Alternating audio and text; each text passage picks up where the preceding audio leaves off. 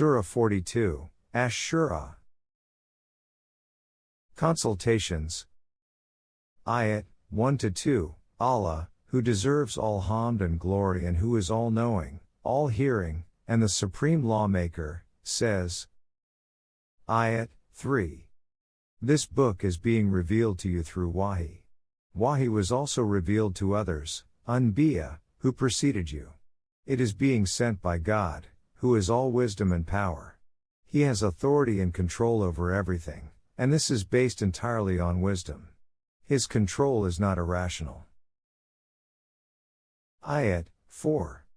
Everything in the heavens and on the earth, in all corners of the universe, is working according to the program determined by Him. He is worthy of all grandeur and greatness. Ayat 5. By enacting and enforcing their self-created laws, human beings create so much chaos in their society that it results in bloodshed. So much so that it is not long before they are completely destroyed. However, man can only create such distraction in his own world. The outer universe is beyond his reach and authority, and that is why it is safe. Therein all heavenly forces are continually making his Nizam-e-Rububiyyah worthy of all hamd, and people living on the earth are provided with every safety measure. Furthermore, according to his very program, mankind is safe from all sorts of calamities and continues to receive means of development. Ayat 6. This happens because control and authority in the universe rest with Allah. Those who have taken others as their protectors are being watched by Him, and His law of mukafat will take care of them. O Rasul, their affairs have not been assigned to you. Ayat 7. This clear and explicit code of laws has been revealed to you so that firstly you can caution people living in and around the metropolis, Makkah, about the destructive results of their erroneous way of life. Then warn them that, if they do not abandon this way of life, then, all groups will be gathered in an open field. One group will enter heavenly society, as victors, while the other will fall in the ditch of Jahannam, as losers. Tell them that this is undoubtedly bound to happen. Ayat 8. It is true that if Allah had so willed, He could surely have made all human beings tread only one path, like animals. In this way they would have had no discretion to differ from one another, nor would have there been the struggle between good and evil. However, His will was different. He has given human beings the faculty of discretion and left the choice to them. Whoever so desires can choose the right path and thus make himself worthy of all the blessings of God.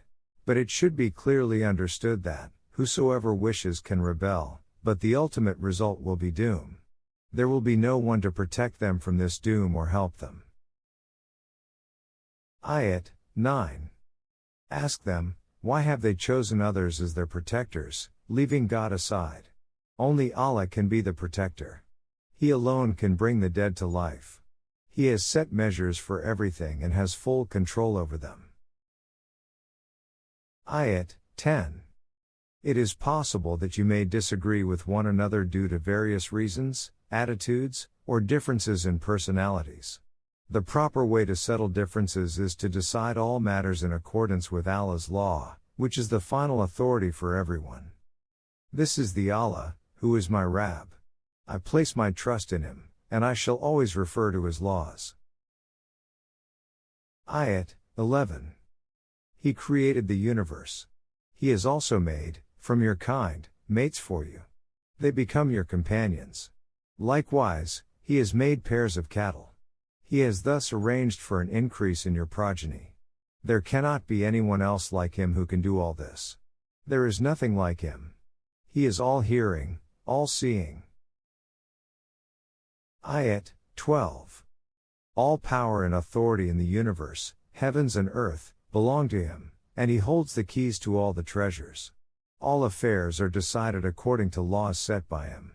Whosoever abides by the laws and wants abundance in his provisions gets it, and whoever disobeys His laws will receive in a restricted measure. Allah has full knowledge about everything, concerning a person's struggle and how much he should get.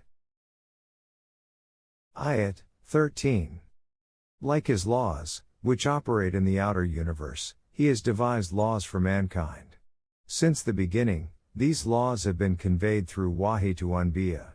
Therefore, the way of life devised for you is the same as was revealed to Noah, Abraham, Moses, and Jesus, and the other Anbiya. All of them were told to establish the system proposed by God and to refrain from creating sects in it, because the main objective of the divine system is that humanity should become one universal entity by the removal of all differences.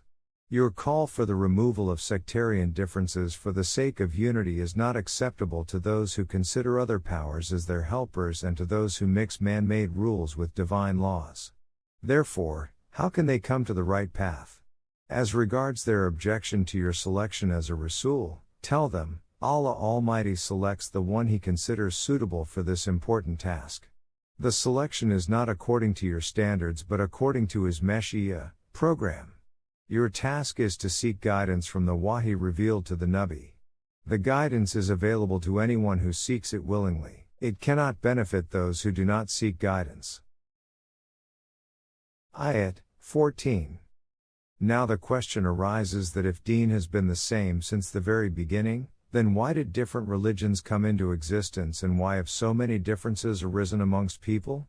It is not that the Almighty had given different religions to different people, nor was the wahi revealed by Him such that it created these differences. This was not the case.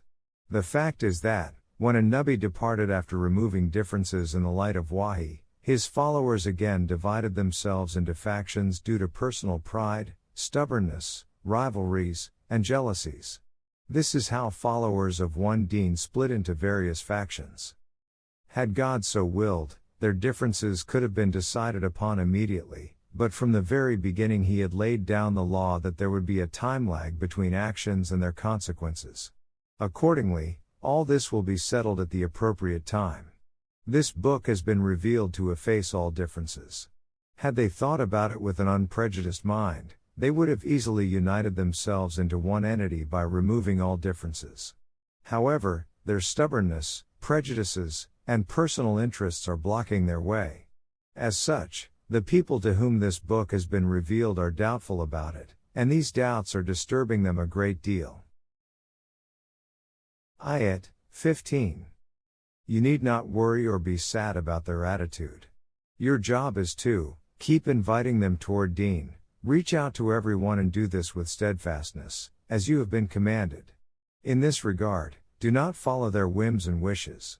Tell them clearly, I have full faith in the truth of the divine code that has been revealed to me.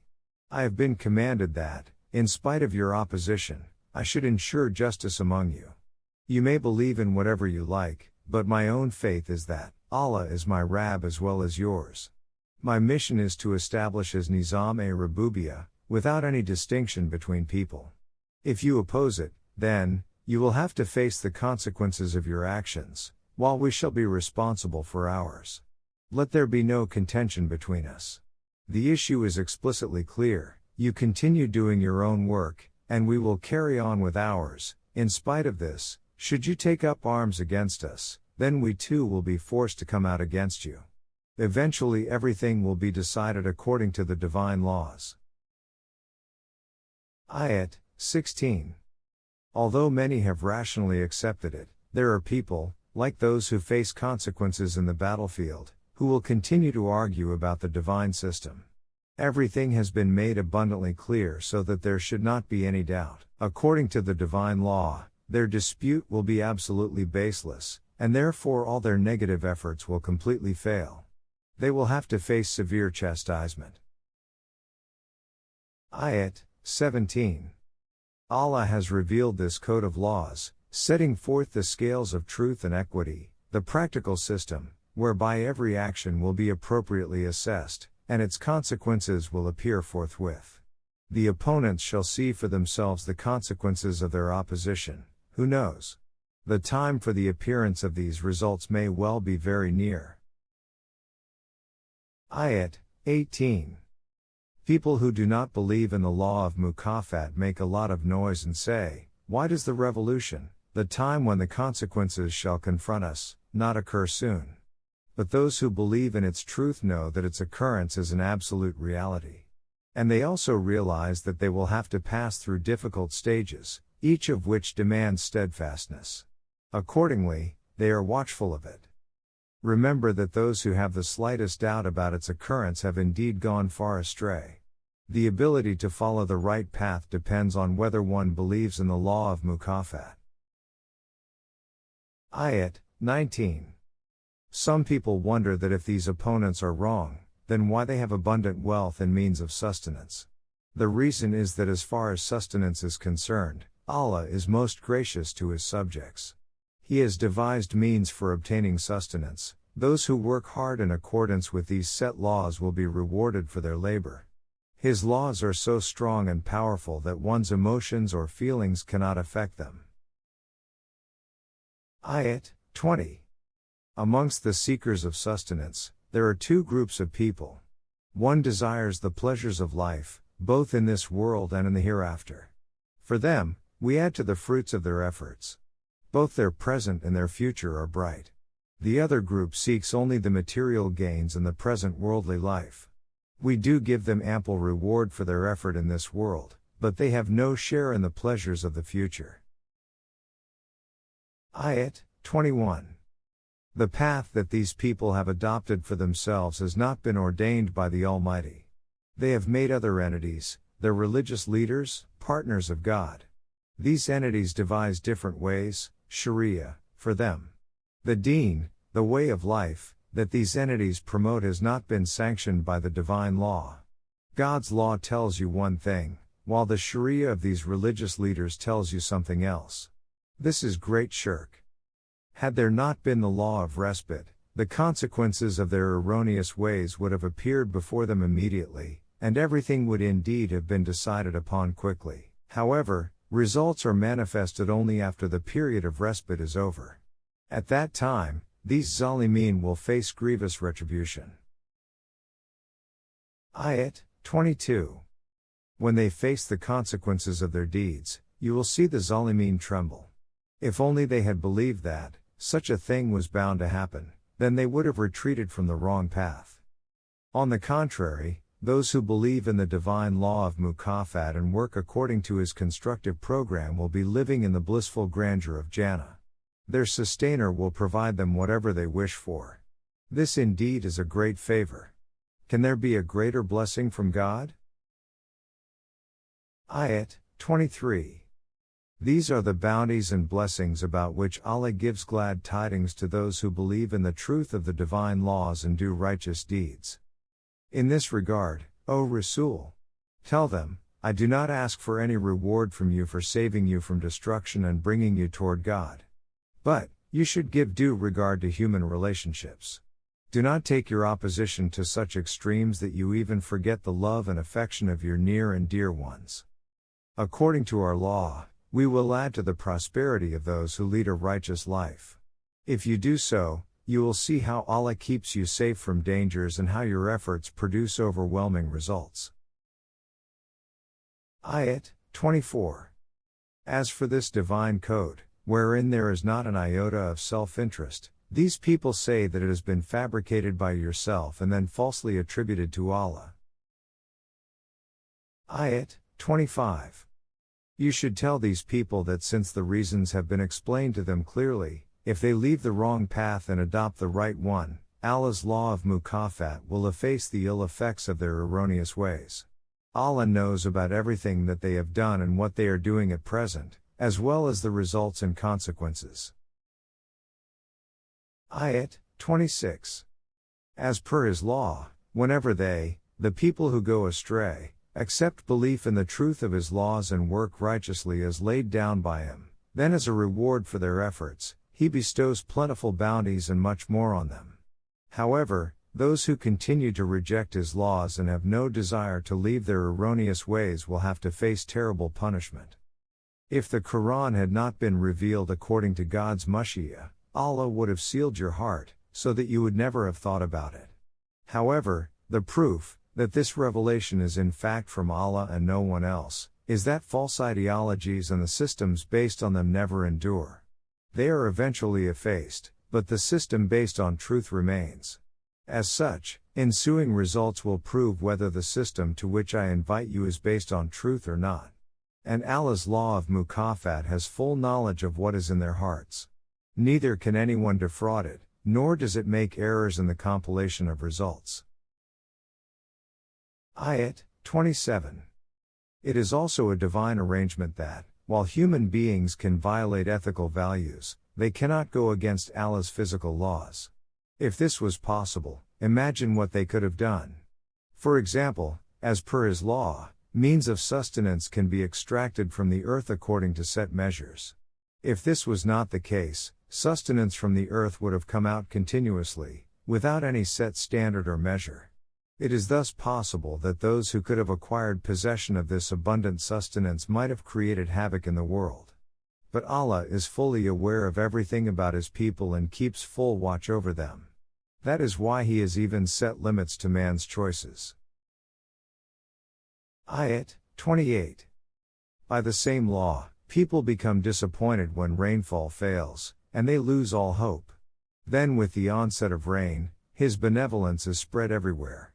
It is in this manner that Allah's attribute of taking care of His creation, which is worthy of all hamd, is manifested.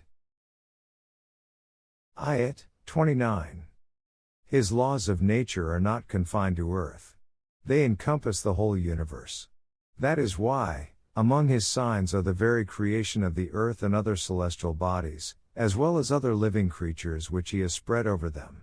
At present, these habitations are separated from one another, but when He so wishes, Allah Almighty has the power to bring them together. It is possible that creatures living on different planets can establish contact and meet with each other. Ayat 30. This is Allah's system of Rububiyyah, which is spread all over the universe. Its objective is to develop and nourish every living being. Any calamity that befalls you is the outcome of your misdoings, whether these are committed by an individual or collectively because of an improper social system. Allah does not inflict calamities without any reason. On the contrary, His law is that if one corrects his mistake, it saves him from most of the damage caused by these mistakes. Ayat 31. However, you cannot continue to violate the divine laws and also escape the consequences of your wicked deeds. You cannot elude the divine law of mukafat. Remember, no one except the divine law can protect you. Ayat 32. Amongst the signs of His system of Rububiyyah are ships that sail, with the force of winds, looking like mountains moving across seas. Ayat 33. If He had so willed, He could have stopped the winds from blowing and making the boats sail. These boats would then have been stranded on the surface of the water. What do you conclude from all this? Do you not appreciate that the One who created you has also made excellent arrangements for your nourishment? However, in the human world, only those who remain steadfast in adversity and put everything to its proper use can derive benefit from Allah's system of Rububiyyah.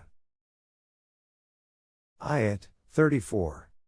And people who do not behave like this face destruction because of their erroneous doings. This is despite the fact that their minor mistakes are overlooked, so that they may correct themselves and adopt the right path. Ayat 35. In this way, those who dispute the truth of our laws and rebel against them will find that ultimately there is no escape for them. No one can go outside the limits of the divine law of mukafat. Ayat 36. All this is for our Nizam-e-Rububiyyah, which pertains to the physical life of this world. Likewise, the divine system nurtures and develops human life, and this system is given through wahi. The development of physical life ends with death, but human life, the self of a person, which is far superior to physical life, continues to develop and go further. It does not change. However, only those who have implicit faith and trust in the permanent values given by their Rabb can benefit from it. Ayat 37. Such people abstain from heinous crimes which weaken the human self, as well as from acts which tend to incite universal abomination and selfishness. But if some minor slip does take place by mistake and they are ashamed of it, then it is another matter. In a situation when someone says something unintentionally and brings about an angry reaction, they do not retaliate but readily forgive. Ayat 38. These are the people who respond to the call and come forward to establish the Nizam-e-Rububiyyah. They obey his laws and remain within the bounds of Nizam as-Salah, which teaches them to decide their affairs through mutual consultations and according to divine laws. Furthermore, they keep open for the nourishment of other needy human beings whatever means of sustenance they have been provided with. In effect, they retain for themselves only what is necessary for their own survival. Ayat 39. They spend their lives as members of one community. Whenever tyranny or oppression afflicts them from anywhere, all of them collectively help each other and defend themselves and take revenge on the transgressor. Ayat 40. While doing so, however, they respect the principle that punishment should be commensurate with the offense committed and that in no way should it be excessive. If, on the other hand, they feel that the aggressor is remorseful about what he has done and believe that if they forgive him, there is a possibility that he will reform, then they will forgive him. It is due to this very attitude that the divine law produces positive results. Because they obey the divine laws, they do not under any circumstance commit zulm on anyone. In the eyes of this law, zulm and aggression are most unworthy. Ayat 41. As has been mentioned above, they do avenge themselves against any aggression committed on them, and according to the law of justice, this is obviously not a crime. Rather, it discourages the crime. Ayat 42. Actually, the offenders are those who commit aggression and zulm against others. They unjustly create chaos in the country, being intoxicated by power. These people deserve grievous punishment. Ayat 43. On the other hand, people who, in spite of acquiring authority and power, remain steadfast on the path of fairness and safeguard the interests of the weak, show that such conduct requires considerable courage and will. This reflects the superiority and greatness of their character. Ayat 44. No one can protect those who leave the divine laws and go astray. It is the plight of such rebellious people that when they face the chastisement, they will cry out, "Is there any way of turning it back?" Ayat 45. When they are brought to face the chastisement, their arrogance and haughtiness will disappear. They shall be extremely humble and will stealthily look around to see if anyone will take pity on them. And the people who had professed Iman will say to them, "You have seen for yourselves that ultimately only those who had opted for immediate gains and ignored the future life were losers. They themselves were destroyed, and they also took their close associates along with them.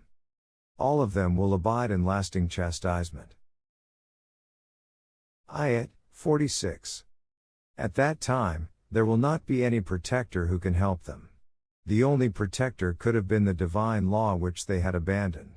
The fact is that whoever leaves aside divine guidance and adopts an erroneous way of life can never find a way that leads to peace and prosperity. Ayat 47. Therefore, O Rasul, tell these people to respond to the call of their Rabb and obey his directives and laws, and to do so before the day which cannot be averted arrives. At that time, you will neither get refuge anywhere, nor will you be able to escape by denying the crimes you had committed. Ayat 48. If, after all this explanation, they still turn away from this invitation, then, O Rasul, you will not be held responsible. We have not appointed you a guard over them, so that you can bring them to the right path by any means. Your duty is only to convey the divine code to them.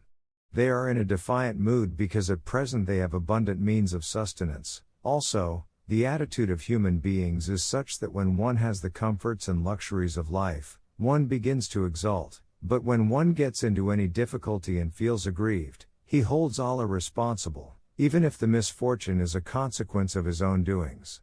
The fact is that man is extremely ungrateful. Ayat 49.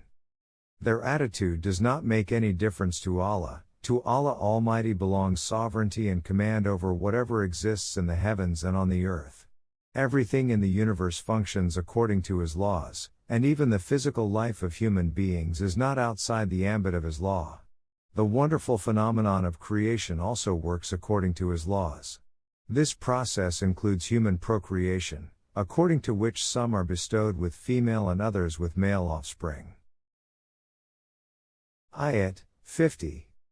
Some get both male and female offspring, while some remain issueless. All this happens according to set laws which are based on His knowledge. Ayat 51. The law of nature which is in force in the universe is conveyed to human society through wahi, which is revealed to Anbiya and not to every individual. Allah communicates in three ways. Two of these are reserved for Anbiya, and the third for ordinary human beings. He communicates with Anbiya either by instilling the contents of His wahi in their heart, or at times by conveying it to their ears, from behind the veil, as happened with Moses. Both these ways are confined to Anbiya. As far as other ordinary human beings are concerned, a Rasul is sent to them. The Rasul conveys to them the divine revelation bestowed by Allah's command. No man other than a Nabi can be in communication with Allah directly. This arrangement is made by the highly exalted Allah, who takes all decisions rationally. Ayat 52. Likewise, O Rasul, we have revealed the Qur'an to you. It has been revealed to you from our creative command which carries a lot of energy. You have not acquired it by virtue of your efforts, skill, or knowledge. All these qualities apart, before this, you did not even know what a divine book looked like and what was meant by Iman. We made the Qur'an a shining light by which we guide our subjects to the right path of life, according to our law of Mashiach. The law is that anyone who turns towards the Qur'an, using his intellect and reason, can derive guidance from it. O Rasul, this is the way you should guide people towards the straight path. Ayat 53. This is the path that leads to Allah Almighty. Everything in the heavens and on the earth is busy accomplishing the program designed by Him. Verily, all affairs are decided according to His law.